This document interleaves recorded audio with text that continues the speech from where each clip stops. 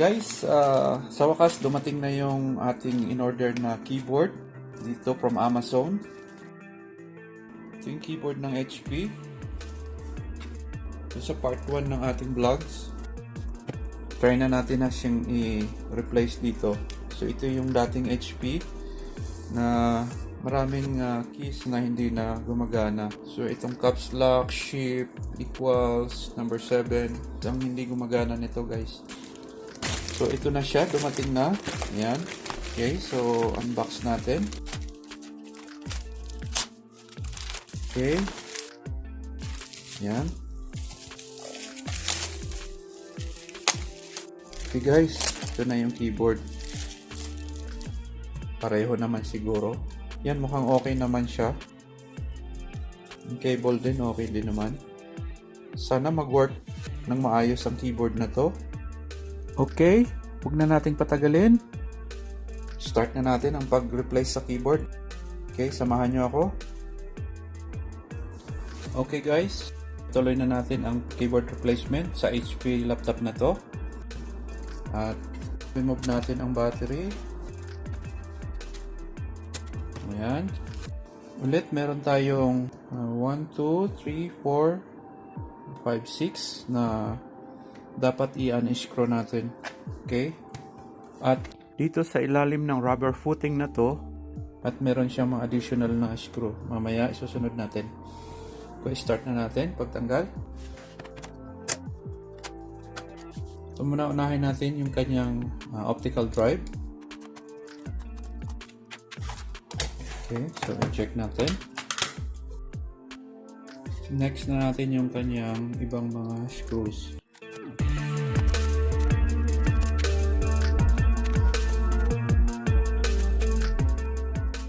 Okay. Susunod natin yung nandito sa ilalim ng rubber footing na to. Yan. Papansin nyo, meron siya dyan. So, itong apat na to ay meron siyang kanya-kanyang screw. Remove muna natin yung rubber. Kanyang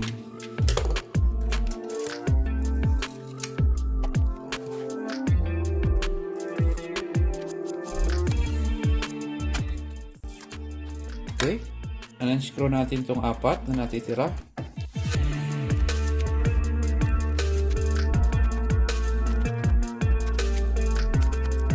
Okay. Double check natin kung may naiiwan pa. So wala na. Next steps natin guys ay remove na natin tong kanyang front panel.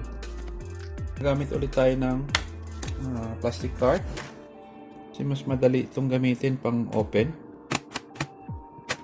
Tsaka mas safety guys, hindi nababali yung mga lock.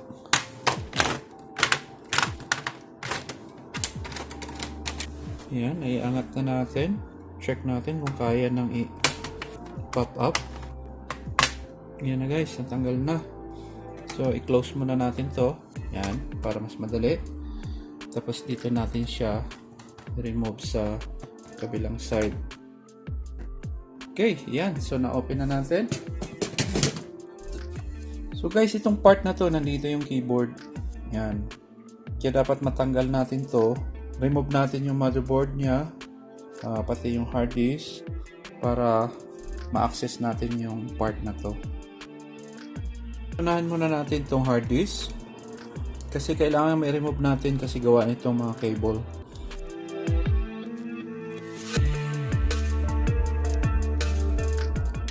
Okay, dahan-dahan natin i-remove yung kanyang mga cables. Ayan, okay. Tapos, pop up na natin itong hard disk. Ayan, nakuha na natin yung kanyang hard disk.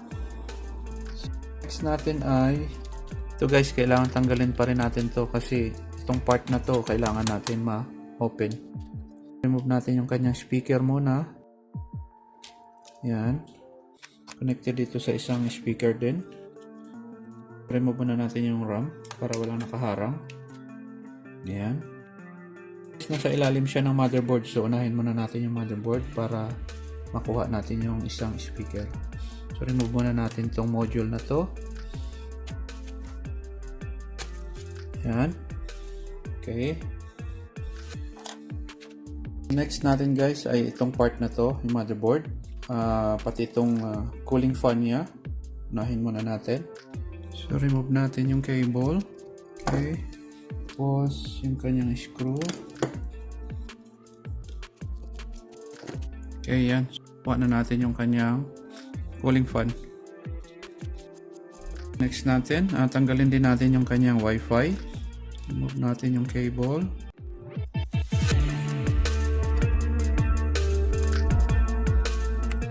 Okay. Yan, remove na natin yung Wi-Fi. So next, itong kanyang LCD cable.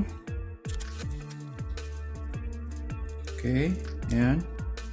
So yung kanyang power supply cable. Remove din natin. Okay. Yan. Next natin yung kanyang charging board. Okay. Tapos, susunod na natin yung ngayon, yung kanyang motherboard. Sa motherboard niya guys, meron siyang 1, 2, 3, 4. Meron tayong 4 na dapat i-unscrew. Okay, start na natin. Ito.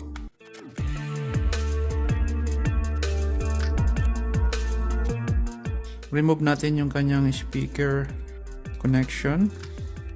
Okay. Isa.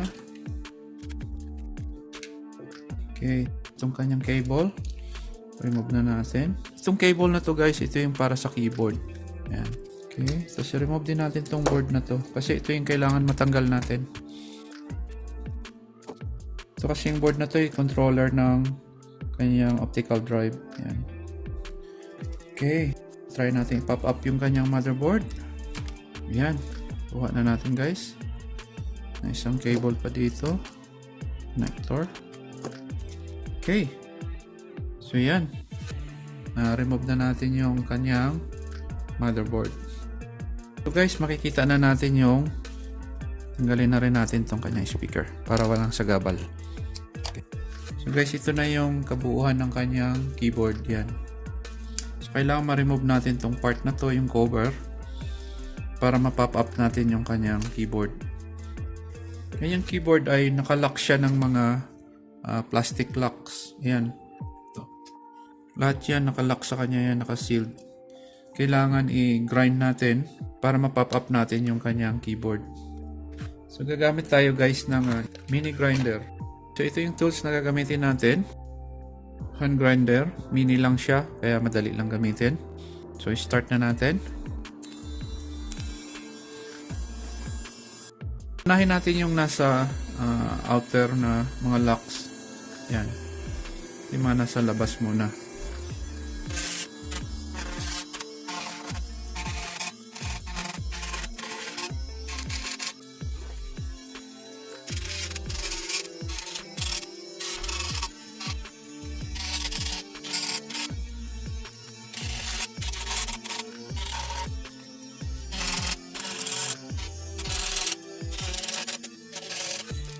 Okay guys, so natapos na natin tong side na to. Yan. Saka yung kabilang side na to. Next naman natin i-grind yung dito sa part na to. Yan. At yung dito. Okay, so start na natin.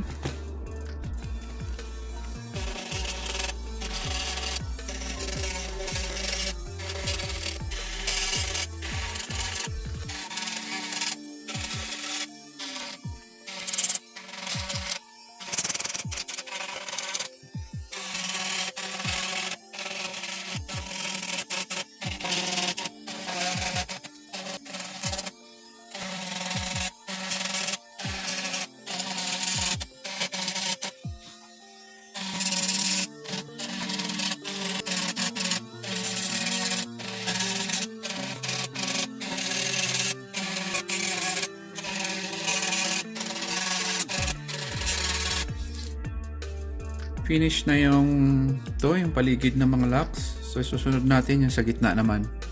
Yan. Konti na lang. Ilan na lang yan? 1, 2, 3, 4, 5, 6, 7, 8, 9, 10, 11, 12, 13, 14, 15, 16, 17, 18, 19. So nasa mga 20. Kasi meron pa dito. Okay guys, so start naman natin dito sa middle part.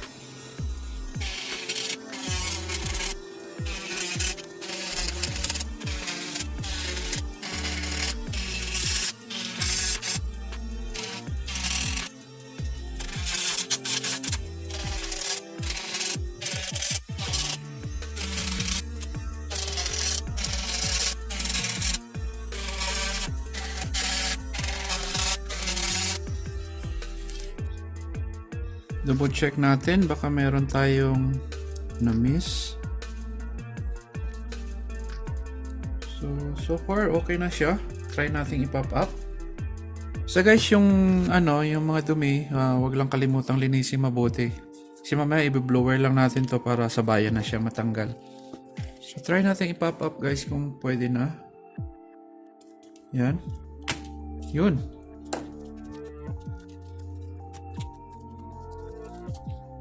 Okay, so ayan, nakuha na natin yung kanyang top cover.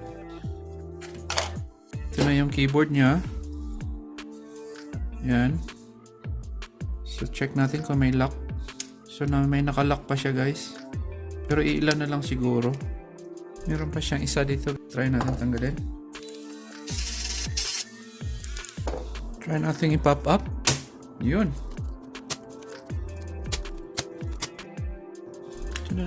So ito na yung kanyang keyboard guys. Ito yung replacement natin na bago. So bago natin ibalik, i-blower muna natin para malinis kasi maraming alikabok kanina.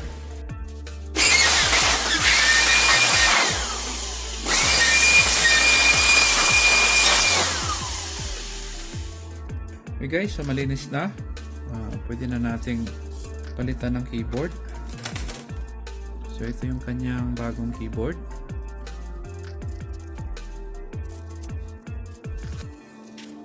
Yan, ilapat lang natin mabuti. Yan.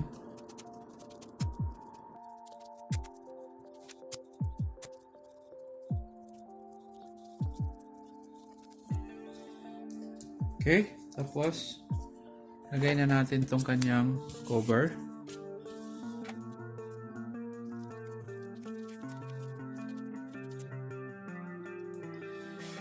Luwagan muna natin to guys para maipasok natin itong part na to.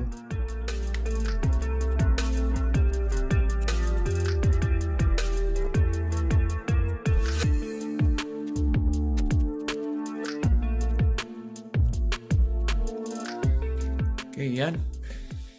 So i-lock naman natin yung mga plastic ngayon para na-sealed siya. Okay? So, gagamit tayo guys ng soldering iron para ma-lock natin yung kanyang mga plastic lock. Okay, unahin natin yung sa outer side. Ito.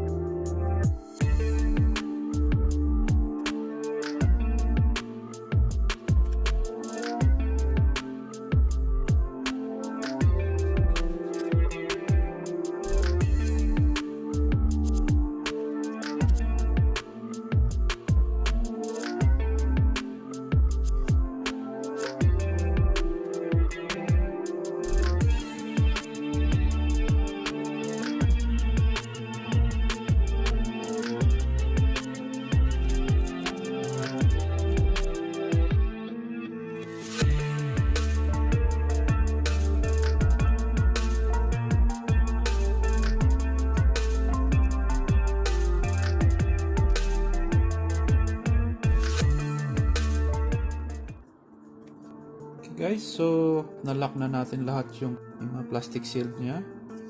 So double check na natin, baka meron pang maluwag. So far so good na guys. At start na natin ibalik yung kanyang motherboard at yung kanyang ibang mga peripherals para ma-check na natin kung nag-okay yung keyboard or hindi. Okay? Start natin ibalik yung kanyang motherboard. So ito yung kanyang motherboard. Ayan, nailapat na natin. So ibalik na natin yung mga screw. Meron siyang 1, 2, 3, 4, 5. 5 na screws.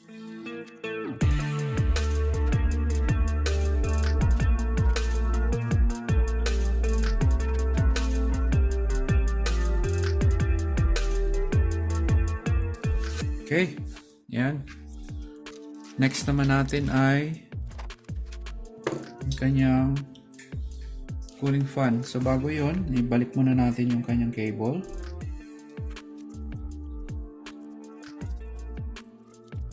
Okay. Ating cable naman ng kanyang power.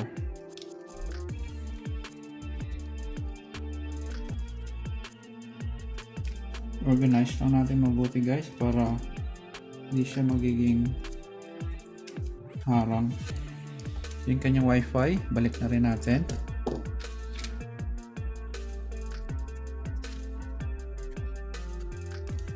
Okay, tapos balik natin yung kanyang cable.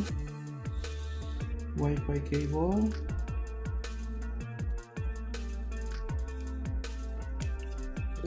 Itong dalawang cables na to guys, yung sa kanyang antena. Wi-Fi antenna para malakas sumagap ng Wi-Fi signal. Okay, balik muna natin yung kanyang cooling fan kasi may isang screw dito, mahirap ilagay. Natin itong cable. Okay, tapos ito yung kanyang cooling fan. Balik muna natin yung kanyang power. Okay, tapos screw natin.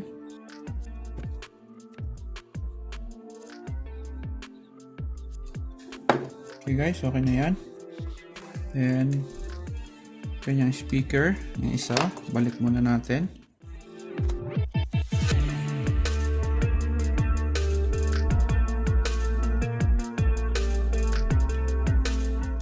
Okay, screw na ulit natin.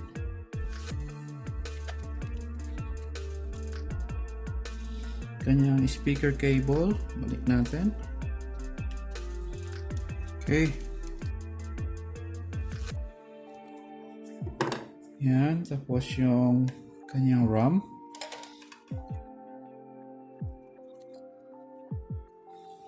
Okay.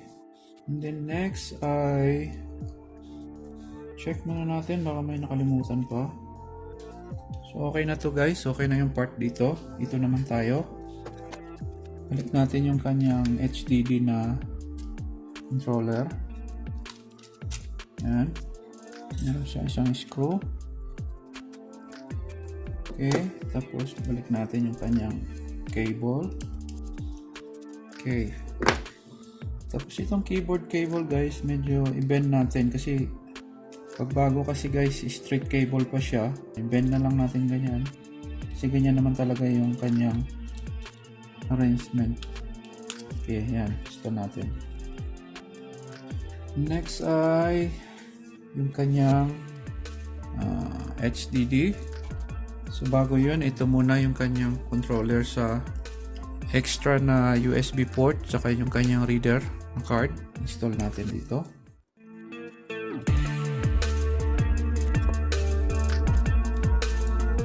Yan. So wala nang screw guys, clip lang.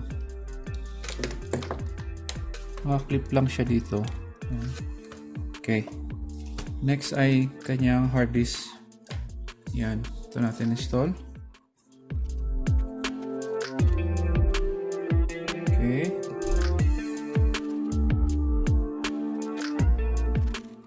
Yan. At i-mount na natin yung kanyang speaker. guys. Using lang natin yung speaker cable niya.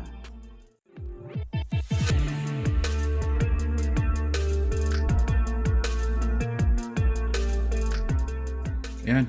Okay. So, balik na natin yung kanyang hard disk cable. Yung kanyang USB port cable. Okay. So, double check natin guys kung may nakalimutan pa. So far, so good. Okay. Balik na natin yung kanyang yung back panel cover niya para ma-check na natin.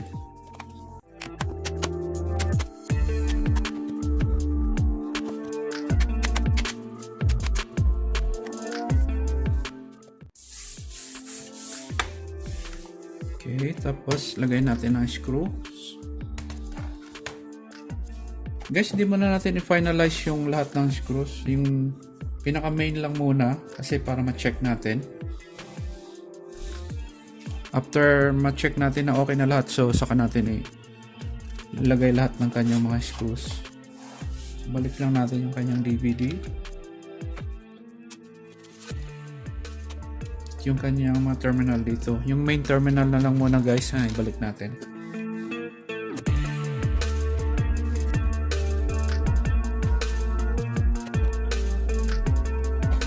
Okay. So, now, balik natin yung kanyang battery.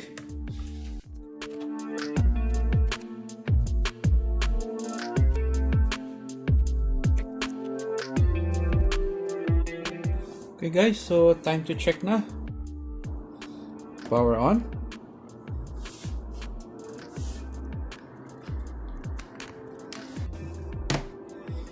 Check na natin yung mga keys. Gagamit tayo ng utility and keyboard diagnostic.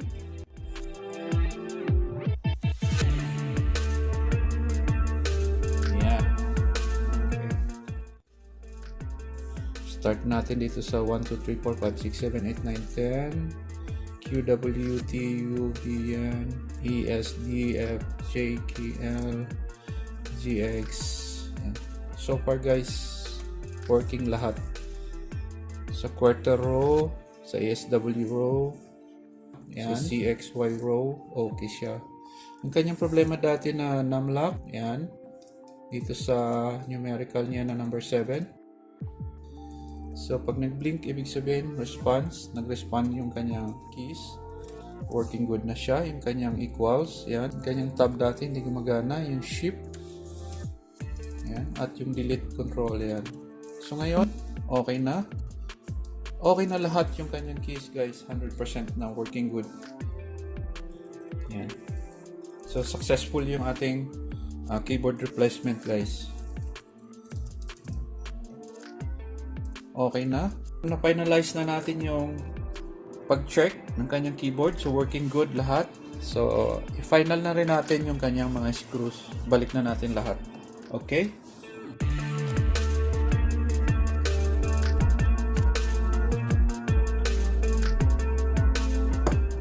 Merong dalawa dito sa may battery. Okay, i-check muna natin.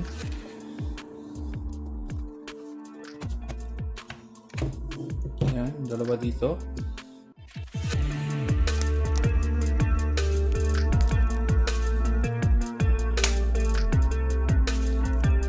Okay. Itong last piece dito.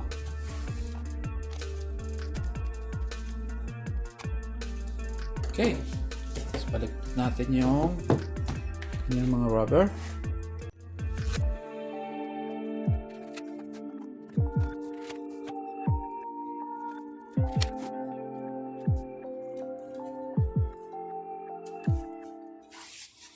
Okay, tapos balik na natin yung kanyang battery.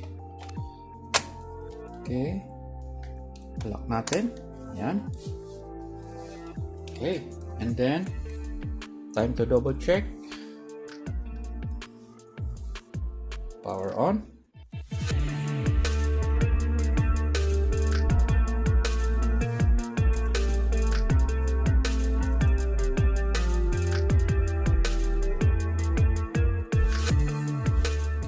So working good. Kung may mga ganito kayong model na laptop guys at may problema ng keyboard, medyo mahirap nga lang talaga magpalit ng keyboard nito guys, kasi ito kasi mga chiclet type, talagang naka-built-in siya sa dito sa casing niya.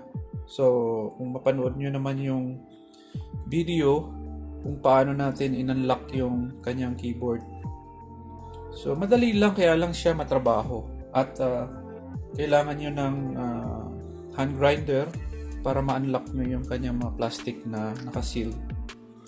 Okay? So, Mr. Lim, eto ayos na yung keyboard mo, 100% working good. At maraming salamat sa iyong pagtitiwala sa akin na siyang gagawa ng iyong laptop at sa iyong pagsuporta sa aking channel. Sana nagustuhan nyo ang video tutorial na to for keyboard replacement or HP 15 series. Dun sa mga hindi pa nakapanood ng part 1 sa HP upgrading ng laptop na to, nasa description po sa baba yung links, lalagay ko po para mapanood nyo yung part 1 ng upgrading ng unit na to. Okay? Maraming salamat sa patuloy na pagsuporta nyo sa aking channel at hit nyo lang ang like button at huwag kalimutan mag-subscribe sa aking channel. Thank you very much for watching and see you on my next video. Bye bye.